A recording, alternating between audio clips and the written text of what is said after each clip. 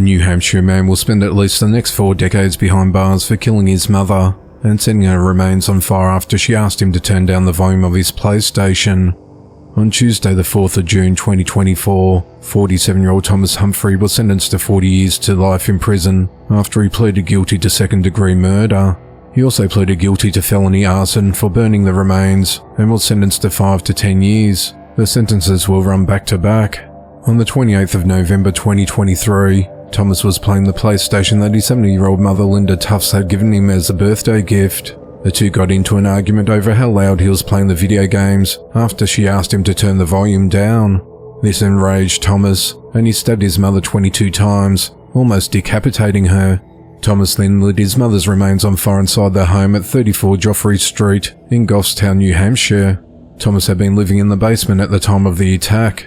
First responders were called to the home at around 2:20 p.m. for a small fire. After they put out the blaze, they found Linda deceased in the home from stab wounds. Police also found Thomas at the bottom of the basement stairs, holding a knife with self-inflicted wounds. Thomas was taken to the hospital before being charged with his mother's murder. Neighbours said that Thomas had been kicked out of the house and was only allowed to return shortly before the attack. Thomas's father was at work when the killing happened. While sentencing Thomas, Judge William Delker said, "This is, in my more than a decade on the bench, one of the most brutal murders I've presided over. The brutality of this crime simply makes it too dangerous not to impose a very lengthy state prison sentence," he said. Two 18-year-old girls are behind bars and are accused of throwing acid in the face of another teen last month. The incident occurred at around midday on Sunday the 26th of May, near the intersection of North Dodge Avenue and West 3rd Street North in Wichita, Kansas. Police said that an acidic liquid was thrown at 17-year-old Passion Turner during a fight in front of a friend's house. Passion arrived at the local hospital with second-degree burns to her face and neck.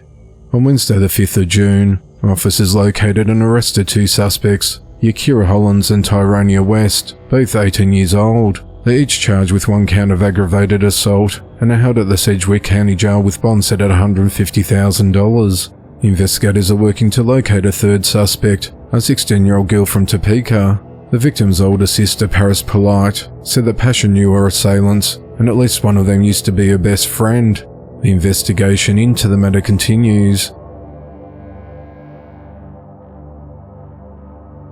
A 24-year-old woman is behind bars for killing her parents.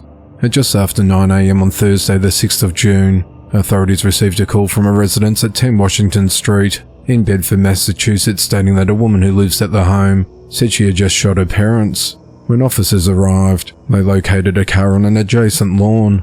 Inside the vehicle, they found 56-year-old Thelma Tatton deceased and 56-year-old Mark Cavarello in a critical condition, and he was transported to a local hospital where he later died.